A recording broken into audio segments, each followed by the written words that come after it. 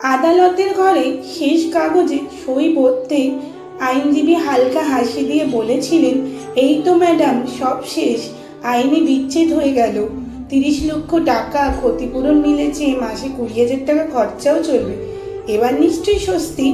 কবিতা খুব অল্প হেসে বলেছিল, হ্যাঁ, এখন আর কারোর কাছে কিছু চাইবার নেই। আইনজীবী নথি গুছিয়ে নিলেন আর কবিতা বাবা মায়ের সঙ্গে বাইরে বেরিয়ে এলো। আদালতের এক কোণে দাঁড়িয়ে সবটা দেখছিল নির্বাণ। কবিতা একবারে পিছনে তাকালো না। গাড়ির দরজা বন্ধ হলো, একটা সম্পর্ক চুপচাপ বন্ধ হয়ে গেল। প্রথম মাস মায়ের বাড়িতে সবাই খুব যত্ন নিল। মা বারবার জিজ্ঞেস করতো, ঠিক আছিস তো? বাবা চুপচাপ পাশে বসে থাকতো। কবিতার মনে হয়েছিল, এই তো বুঝি স্বাধীনতা, এই তো বুঝি শান্তি। দ্বিতীয় মাস বাড়ির কথাবার্তায় সুর বদলাতে শুরু করলো। দাদা মাঝে মধ্যে একটু কড়া গলায় কথা বলতো। সারাদিন ঘরে বসে থাকলে তো চলবে না। বৌদি ঠান্ডা গলায় খোঁচা দিত, এত বড় হয়ে গেছিস, একটু দায়িত্ব নিলে ভালো হয় না? ভাইপো হেসে হেসে একদিন বলে ফেললো, পিসি তুমি কবে নিজের বাড়ি যাবে? তৃতীয় মাস ঘরের বাতাস ভারী হয়ে উঠল। যেখানে আগে আদর ছিল সেখানে এখন অস্বস্তি। কবিতা কথা কমিয়ে দিল, কিন্তু বুকের ভেতর জমে উঠেছিল অদ্ভুত একটা চাপা কষ্ট। চতুর্থ মাসে তার ওঠা বসা নিয়েও যেন সবার নজর।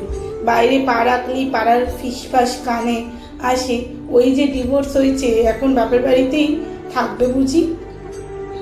সেই প্রথম কবিতা বুঝতে পারলো শ্বশুরবাড়িতে সম্পর্ক জটিল ছিল, কিন্তু সেটা ছিল নিজের সংসার। আর এখানে সে যেন অতিথি না গৃহকর্ত্রী, অকারণ একটা বোঝা।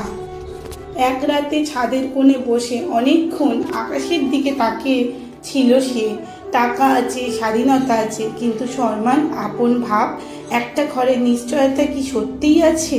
নিজের অজান্তেই ফিসফাস করে বলেছিল, আমি ভুল করেছি। রাগ করার কষ্টে শুধু যন্ত্রণাটাই দেখেছিলাম, ভবিষ্যতের দিকটা ভাবিনি। সে বুঝে গেল ভাঙা সম্পর্কের পর একজন মেয়ের সবচেয়ে বেশি দরকার ভরসা।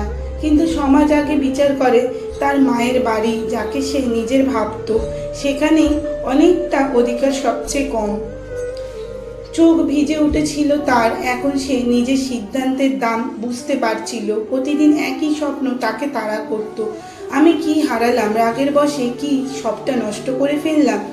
ছাদে বসে নির্বাণের কথা মনে পড়তো, তার অভ্যাস, ছোটোখাটো তর্ক, আর সব কিছু শেষে যে মানুষটা পাশে থাকতো সেই উপস্থিতিটাই আজ সব থেকে দূরে। এক রাতে আর নিজেকে সামলাতে পারলাম না।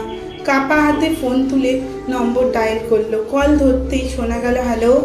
কবিতা ধীরে বলল, নির্বাণ, আমরা কি আবার চেষ্টা করতে পারি? আমি তোমাকে খুব মিস করছি। আমি আবার তোমার সঙ্গে থাকতে চাই। দুদিকেই কিছুক্ষণ নীরবতা, তারপর গভীর নিঃশ্বাস নিয়ে নির্বাণ বলল, আমি নিজেও পারছি না তোমাকে ছাড়া। ভুল দুজনেরই ছিল। যদি ঠিক করতে চাই দুজনকেই এগোতে হবে। আমি তোমাকে ফিরিয়ে আনতে চাই, তবে কিছু বদল আমাদের দুজনেরই দরকার। তুমি রাজি থাকলে আমি এখনই রওনা দিচ্ছি। কবিতার চোখ দিয়ে জল গড়িয়ে পড়ল। খুব আস্তে বলল, হ্যাঁ, আমি প্রস্তুত। ঘড়িতে তখন রাত 12টা। নির্বাণ গাড়ি নিয়ে বেরিয়ে পড়ল।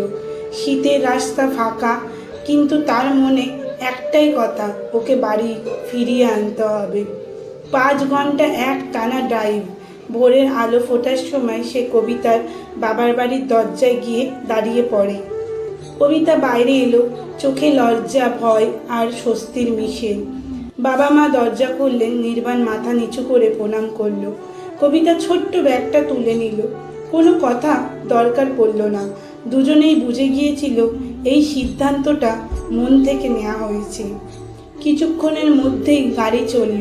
কবিতা ফিরছিল তার নিজের ঘরে, যে ঘরটা সে একদিন তাড়াহুড়ো করে ছেড়ে এসেছিল।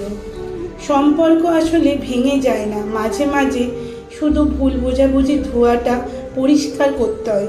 সময় মতো একটু নত হওয়া পুরো জীবনটাকেই বাঁচিয়ে দিতে পারে।